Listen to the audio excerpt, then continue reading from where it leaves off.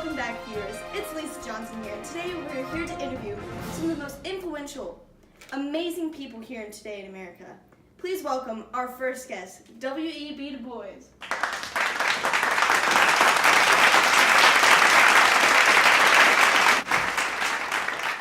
Nice to meet you. Nice to meet you too, Lisa. Pleasure's not mine.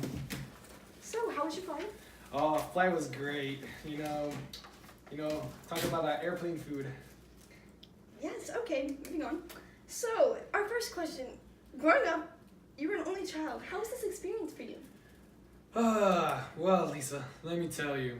I was born 1868, post-Civil War. Times were tough, and I grew up in a time where having a friend, especially a brother or sister, was definitely needed. But thankfully, I had very close parents that were dear to my heart and very caring, so I think it turned out just fine. Okay, so do you think if you would have had siblings, your life would be different? Ooh, honestly, I think it was for the best that I was an only child. I was so gifted and talented that, my siblings were probably just hitting me for being better at them at everything. Did the white community of your hometown of Great Barrington treat you well? Great Barrington was a great place to grow up in. Being the first free black family there, well, one of the first, you would think that people would be against us, and not like us. But on the contrary, I was supported in many ways, and so was my family. I was especially supported by my teachers in my studious careers, and, that really pushed me towards achieving my goals. Except Steve. Steve sucked. So, tell me about the beef between you and Booker T. Washington. Oh, Lisa, don't even get me started with Booker T. Washington. You don't even understand, man. The fact that he thinks that African Americans need to earn the right to be free citizens is just ludicrous to me. I hate him. I hate his stupid haircut. I hate his goatee. Mine's way better than him. And let's just not talk about it. Not now. Okay, moving on. So, it says here you co-founded the NAACP. Tell me more about this. Well, funny story. I actually wanted to name it WPS. What does that stand for? White people suck. But it was quickly shot down, which was fine. So that's why I turned into NAACP. And to be honest with you, I think it's a great program, one that I'm very proud of. Taking into accomplishments of our African Americans and, seeing them grow is just a beautiful thing. So, let's talk about your home life. Tell us about your wife, Nina. Oh, Nina. I tingle every time I hear her name. She's great, very supportive wife, especially in my field of work. And what is it? We've been together now for 24, 25 years, and I've enjoyed every second of it. So, have y'all had any kids? Yes, 2, actually.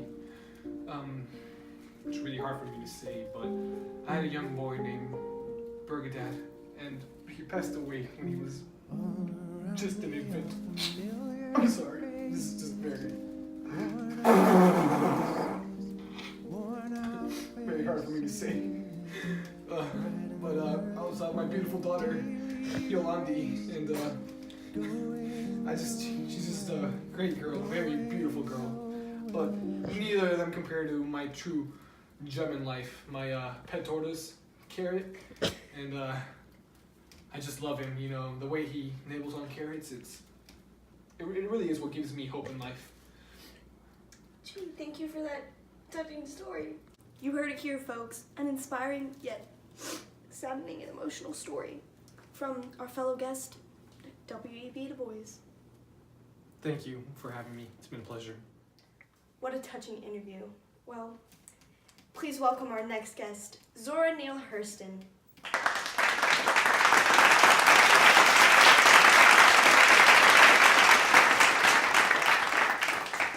Hello, Zora. Hello. Okay. We're going to start off with a couple questions. So, when you first attended school, there were speculations about your actual age. Tell us more about that. Well, when I first attended school, I was actually 26 years old, which is a little too old to be attending high school. So I just told everybody I was born in 1901 when I was actually born in 1891. So yeah, I lied a little bit, but hey, I got an education, so it's worth it. So I hear you and Langston Hughes are good friends. How's that going? Is it more than friends or just friends? Oh, we're just friends. Yeah, we're neighbors actually, and we're working on a play called The Mule Bone. It's going good. Really interesting play. I hope you guys will be able to see it in theaters soon, but nothing of, like that. We're just friends, Little neighbors, actually. Mule Bone. Interesting name. Okay. So, Zora, how's the love life? Is there any special someone out there for you? Well, I've actually been divorced twice. Not very lucky in that area, but I'm still hopeful if any of you guys at home want to, So, any audience member want to take a date with Zora, please contact our local hotline. So, how is your home life nowadays, Zora?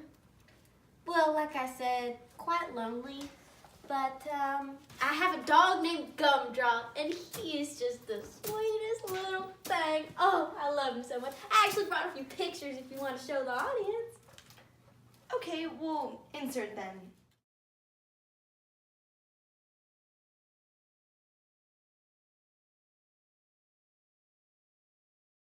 You are now about to witness the strength of Harlem knowledge.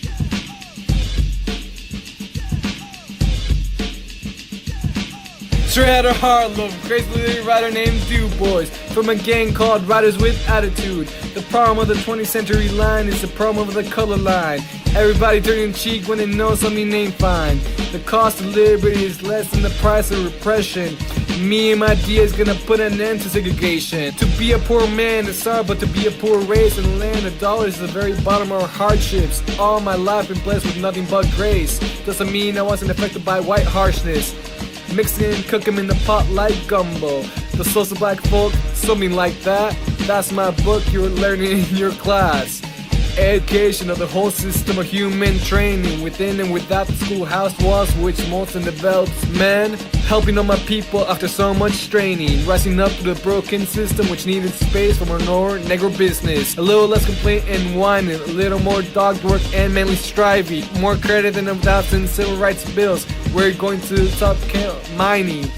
Odds our patience were quickly declining. Racism is the poison of America kills. The power of the ballot we need is your defense. Else what saves us from second slavery. Take it or leave it, that's my 2 cents on a topic that's filled with free. Leaving Harlem's, but when I come back, boy, I'm coming straight out of Harlem. Straight out of Harlem, another class rider. I'm out here building, you already know this. What do you know about working like this? Hold fast to dreams, for if dreams die. Life is a broken winged bird that cannot fly. Hold fast to dreams, for when dreams go. Life is a barren field frozen with snow. I swear to the Lord, I still can't see what democracy means. Everybody bump me. Night coming tenderly, but black like me. And now all that I can see is beauty within my color. I am unlike no other, here to bring love and unity. A world without racism is fine, a world indeed. Looks like what drives me crazy don't have any effect on you, but I'm gonna keep on at it till it drives you crazy too. Zora is her name and the girl is coming. Straight out of Alabama is a sister that'll hit ya with all the facts about an equilibrium of all races. White or black, we need equality. We feeling so trapped in all the hatred. Racism is thriving. Tell me, how can we let love keep dying? I made up my mind to keep my feelings to myself, since they do not matter to anyone else but me. Attended Bernard College, got my education. Now I'm here to put an end to segregation. Grab the broom of anger and drive off the beast of fear. All my life suffering has now got me here. I'm not tragically colored, there is no great sorrow jammed up in my soul, nor lurking behind my eyes. I do not mind at all. I do not belong to the sovereign school of Negrohood, who hold that nature somehow has given them a lowdown, dirty deal in whose feelings are all hurt about it. Even in the helter-skelter skirmish that is my life, I've seen that the world is strong, regardless of a little pigmentation, more or less. No, I do not weep at the world. I'm too busy sharpening my oyster knife. Our culture, our history, all of our lives is a reflection of beauty. Why don't we make it right? You're silent about your pain, but kill you and say you enjoyed it. So here's my pain, making a voice of it. Born and raised in southern North Soga, where my struggle bred me into a soldier. Now I'm straight out of Harlem.